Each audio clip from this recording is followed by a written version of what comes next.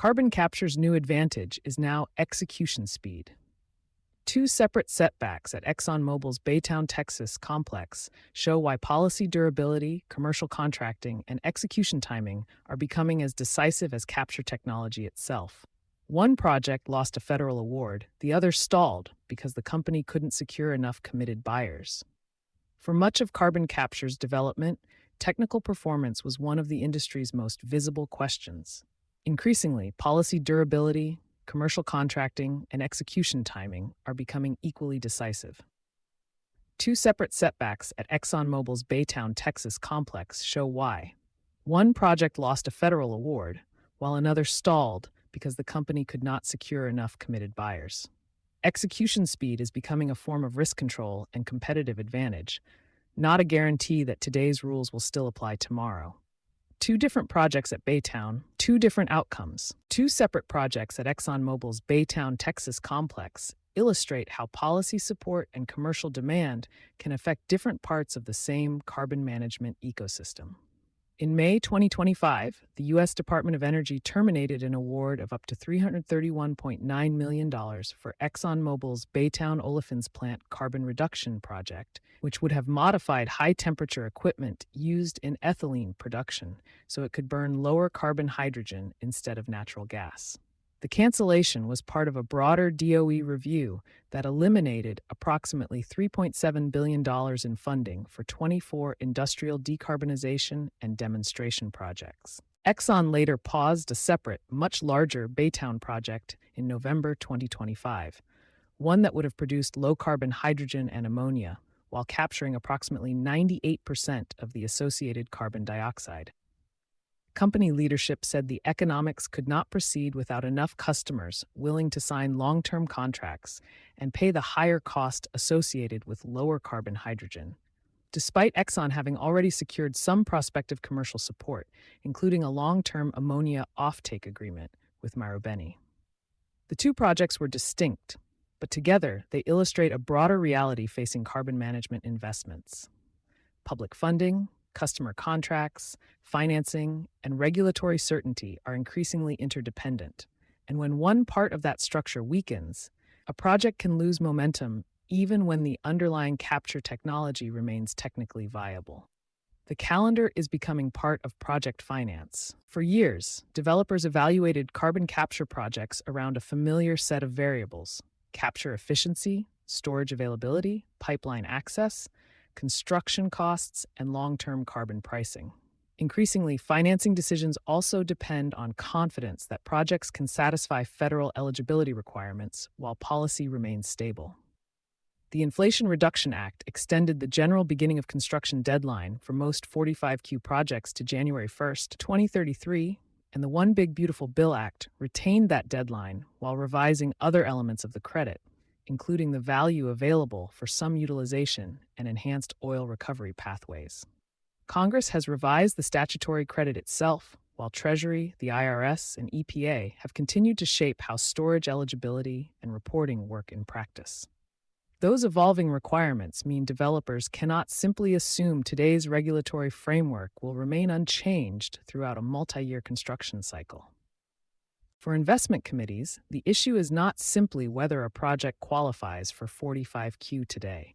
It is whether the project can maintain eligibility through years of permitting, procurement, financing, and construction while federal policy continues to evolve. Execution discipline is expanding beyond construction. Carbon capture projects have always depended on coordination across multiple disciplines.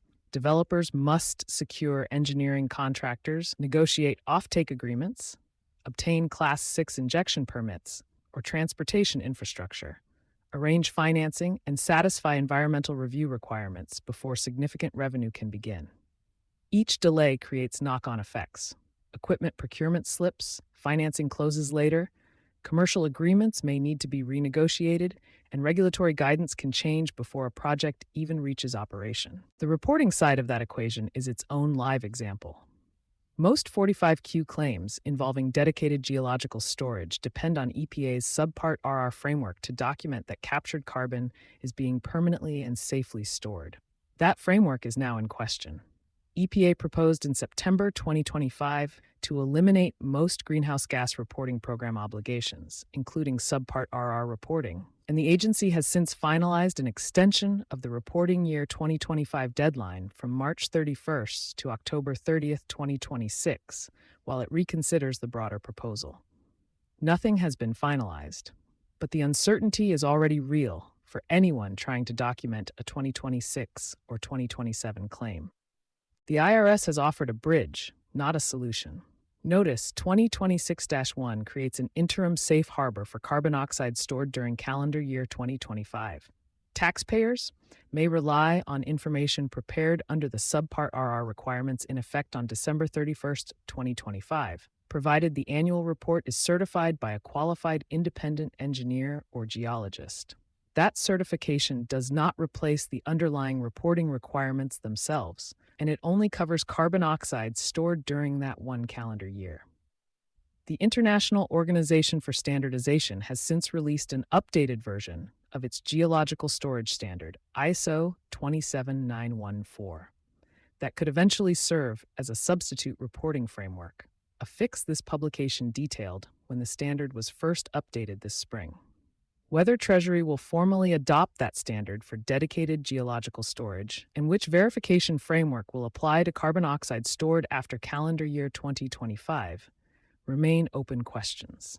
3 clocks are now running at once.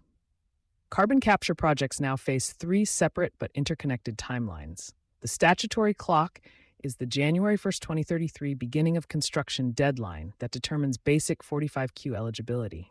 The regulatory clock governs whether a project can quantify and document secure storage using a framework Treasury and the IRS will accept. The commercial clock is whether customers, lenders, and project partners commit before higher costs, delays, or policy changes weaken the investment case. Baytown's 2 projects show how different clocks can interrupt projects at different stages. The Olefins retrofit lost a major source of public funding when DOE terminated its award.